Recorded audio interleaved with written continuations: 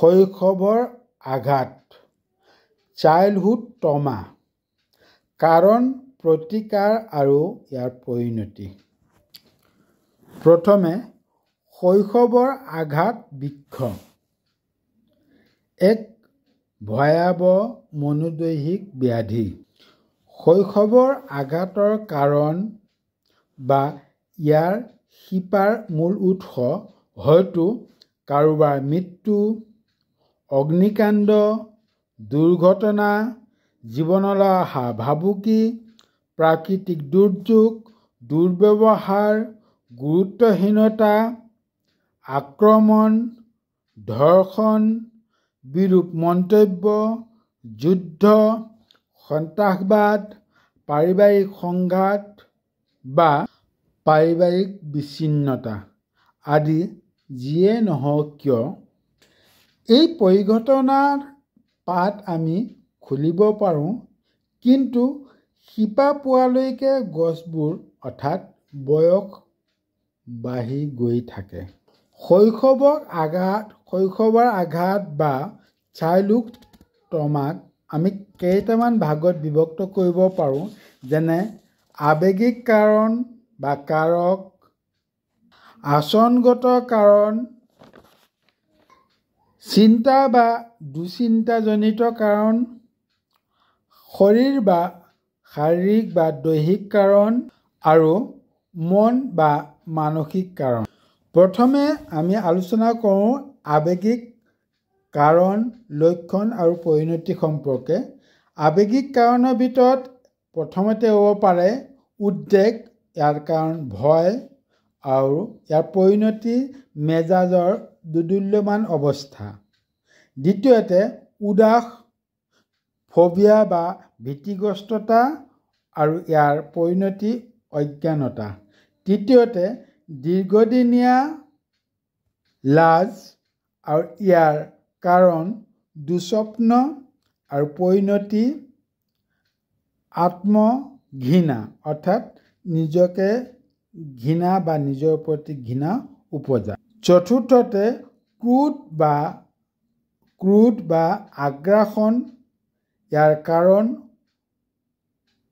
আতংকৰ আক্ৰমণ আৰু ইয়াৰ পৰিণতি অমীমাংসিত সমস্যা বা অমীমাংসিত ঘটনাৰাজি। পঞ্চমতে দীৰ্ঘদিনীয়া নিঃসংগতা, ইয়াৰ কাৰণ নিৰাশা, শোক আৰু বাস্তৱৰ পৰা বিচ্ছিন্নতা।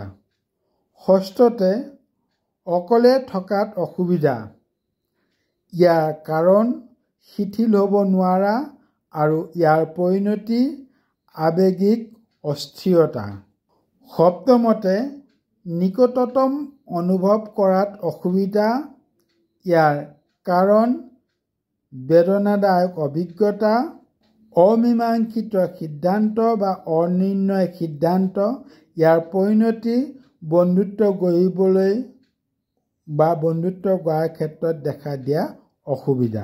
অষ্টমতে সীমাৰ লগত অসুবিধা বা নিজৰ সীমাবদ্ধতা সম্পৰ্কে থকা অজ্ঞতা, ইয়াৰ কাৰণ প্ৰেৰণাৰ অভাৱ, ইয়াৰ পৰিণতি সঘনাই সংঘাত। আচৰণগত কাৰণ, লক্ষণ আৰু পৰিণতি। প্ৰথমতে নিচা কাৰণ আত্মহত্যা, আত্মবলিদান, আত্মত্যাগ। পৰিণতি নিষ্ঠুৰতাবাদ। আৱেগিকতা কাৰণ আত্মহত্যাৰ ধাৰণা। পৰিণতি মগজুৱে কাম নকৰা। নিয়ন্ত্ৰণৰ প্ৰয়োজন কাৰণ সামাজিক বিচ্ছিন্নতা আৰু পৰিণতি প্ৰকাশ কৰিব নোৱাৰা। শৈশৱৰ আঘাতৰ চিন্তাজনিত কাৰণ ৰেচিং চিন্তা বা চিন্তাৰ দৌৰ, যাক আমি অমূলক চিন্তা বা অৰ্থহীন চিন্তা বা কোনো সীমা নথকা চিন্তা বুলি ক'ব পাৰোঁ। ইয়াৰ কাৰণ স্মৃতিশক্তিৰ সমস্যা, ইয়াৰ পৰিণতি উদ্বিগ্নতা, অতিমাত্ৰা চিন্তা কৰা ইত্যাদি। দ্বিতীয়তে, সঘনাই বিভ্ৰান্তি। ইয়াৰ কাৰণ দীৰ্ঘদিনীয়া আত্মসমালোচনা আৰু ইয়াৰ পৰিণতি নেতিবাচক বিশ্বাস।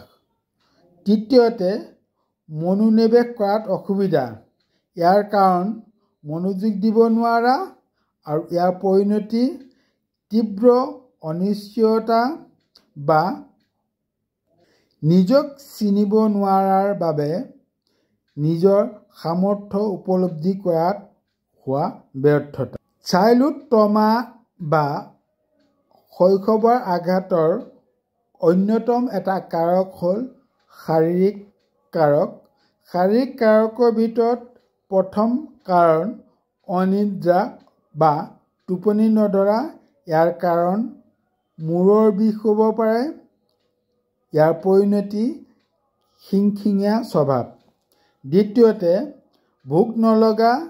ইয়াৰ কাৰণ দীৰ্ঘদিনীয়া ক্লান্তি হ'ব পাৰে আৰু ইয়াৰ পৰিণতি অস্পষ্টতা।